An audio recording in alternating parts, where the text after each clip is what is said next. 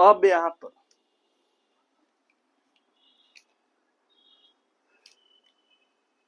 पर दोस्तों हम लोग को इन्फिनिटी बाई इन्फिनिटी को कैसे सोल्व करते हैं वो सीखना है।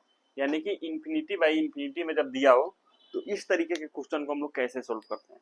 तो सबसे पहले तो इन्फिनिटी बाई इन्फिनिटी में अगर दिया गया है तो वहां पे हम लोग को सबसे पहला काम ये करना है, ये देखना है कि अगर इसको पहले को इन्फिनिटी 1 मानते हैं और इसको इन्फिनिटी 2 मानते हैं तो यह देखना है कि क्या इसको हम 0/0 के फॉर्म में चेंज कर सकते हैं। अगर हाँ तो उस तरीके से सोल्व करना है। जैसे इन्फिनिटी 1/इन्फिनिटी 2 है तो इसको क्या करना है, हमको चेंज कर देना है 1/इन्फिनिटी 2, फिर में क्या करना है 1/इन्फिनिटी 1। ये क्या है, ये सेम ही चीज है और इसको इस तरीका से लिख दिए है। तो अब ये क्या हो चुका है 1/इन्फिनिटी 2 क्या हो जाएगा 0 हो जाएगा और 1/इन्फिनिटी 1 क्या हो जाएगा ये भी 0 हो जाएगा।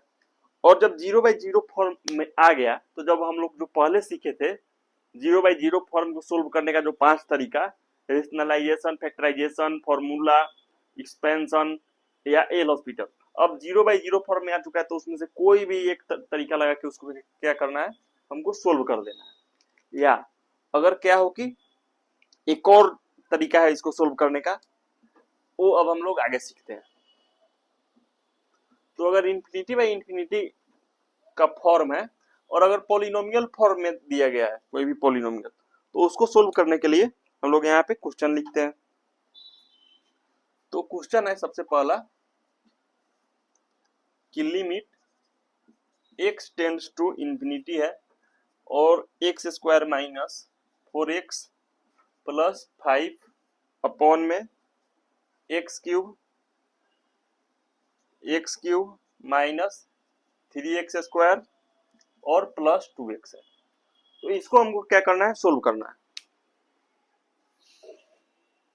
तो इसको सोल्व करना है दोस्तों, तो हम लोग क्या करेंगे इसमें कि जो सबसे बड़ा पावर है उस बड़े वाले पावर से इसके न्यूमरेटर और डिनोमिनेटर दोनों में डिवाइड कर देना है।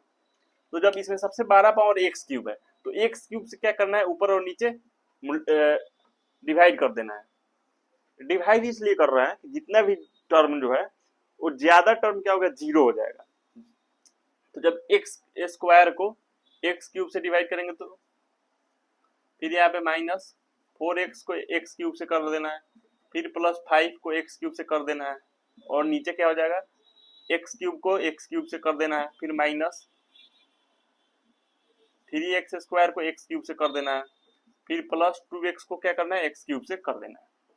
तो अब हमें यहाँ पे लिमिट जो इन्फिनिटी है, लिमिट x इन्फिनिटी से टेंड कर रहा है उसको इसमें डाल देना है। तो जब डालेंगे तो क्या होगा, ये वाला टर्म कितना हो जाएगा, ये वाला टर्म दोस्तों हो जाएगा 0, ये वाला टर्म कितना हो जाएगा ये भी हो जाएगा 0 और ये वाला टर्म कितना हो जाएगा ये भी हो जाएगा 0 और नीचे वाला टर्म कितना हो जाएगा, ये वाला टर्म x³ में x³ से करेंगे ये हो जाएगा 1, फिर माइनस ये हो जाएगा 0, फिर ये कितना हो जाएगा ये हो जाएगा 0 और यहाँ पे इसका आंसर कितना आ जाएगा 0/1, यानी कि इसका आंसर हो जाएगा 0।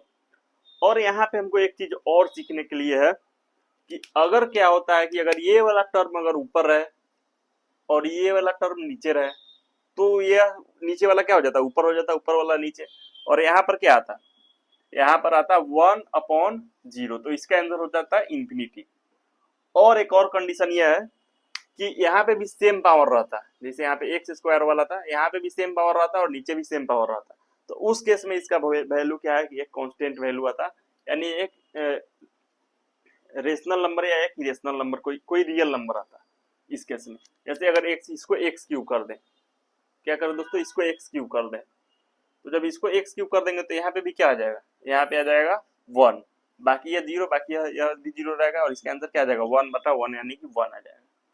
तो इस तरीके से हम लोग क्या करते हैं, जो भी इन्फिनिटी बाई इन्फिनिटी वाले फॉर्म है उसको हम लोग सोल्व करते हैं।